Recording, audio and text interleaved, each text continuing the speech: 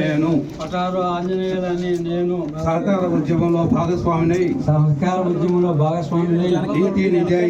నీతి నిజాయితీ పరోపకారం సహకార విలువలతో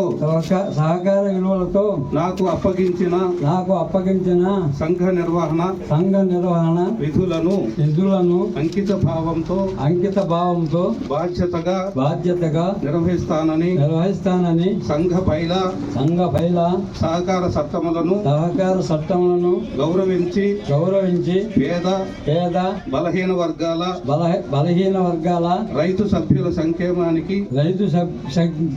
సంకేతానికి కృషి చేసి సహకార ఉద్యమమును బలపరచుటకు నా శాయశక్తుల కృషి చేస్తానని సంఘ అభివృద్ధికి పాటుపడతానని అత్తోట ప్రాథమిక వ్యవసాయ సహకార పరపతి సంఘం యొక్క చైర్పర్సన్ గా పదవీ స్వీకారం చేసి దైవ సాక్షిగా ప్రమాణం చేస్తున్నాను. నేను సహకార ఉద్యమంలో భాగస్వామినై నీతి నిజాయితీ పరోపకారం సహకార విలువలతో నాకు అప్పగించిన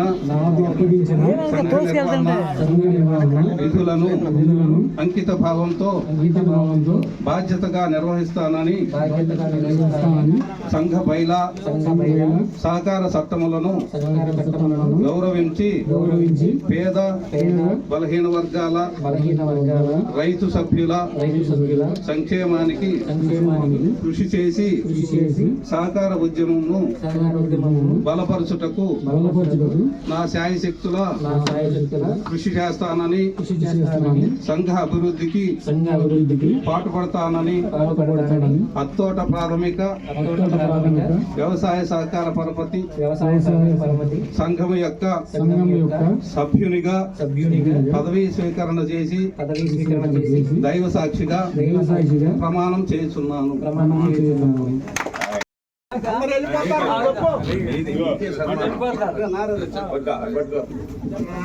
నాకు ఈ పదవి రావడానికి రాజా గారు బ్రహ్మచారి గారు సలవాళ్ళే నాకు వచ్చింది ఈ పదవి, లేకపోతే నాకు రాదు.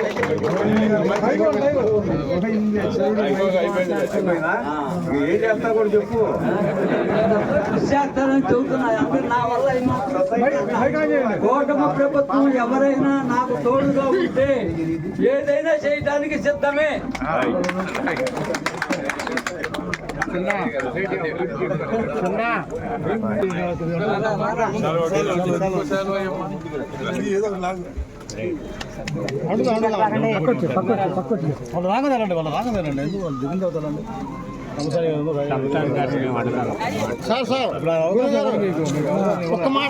ఒక్క మాట అండి చూడండి.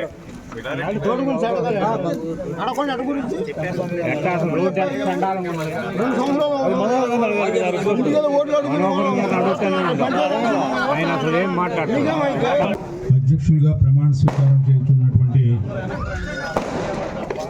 ఆంజనేయ గారి పదవీ స్వీకార కార్యక్రమానికి ముఖ్య అతిథిగా వచ్చేసినటువంటి మన ప్రాంతానికి ప్రాతినిధ్యం వహిస్తున్నటువంటి పెద్దలు చంద్రశేఖర్ గారికి, మనందరికీ తెలుసు ఉమ్మడి జిల్లా సహకార బ్యాంక్ అధ్యక్షులు గౌరవనీయులు మగ్గన్ మల్లికార్జున గారు, అదేవిధంగా డిసిఎంఎస్ బ్యాంక్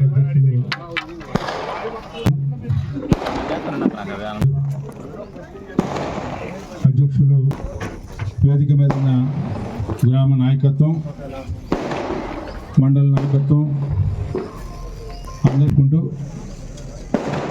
మరి దాదాపు ప్రధానంగా అండదండలు, ఆ తర్వాత ఎన్నికల్లో మనం పోటీ చేయలేదు. ఆ తర్వాత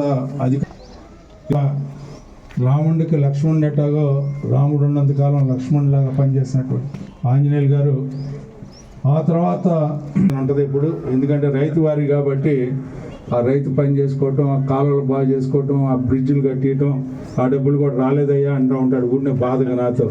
నేను కూడా నవ్వి ఊరుకుంటాను. సరే నవ్వేళ్ళే అని చెప్పి ఆ నవ్వు చాలనుకొని అట్లా ఊరుకుంటాడు, డబ్బులు వచ్చినా రాకపోయినా. ఆ రకంగా పంచికట్టు రైతు వారి ఇంకా సామిరెడ్డి గారు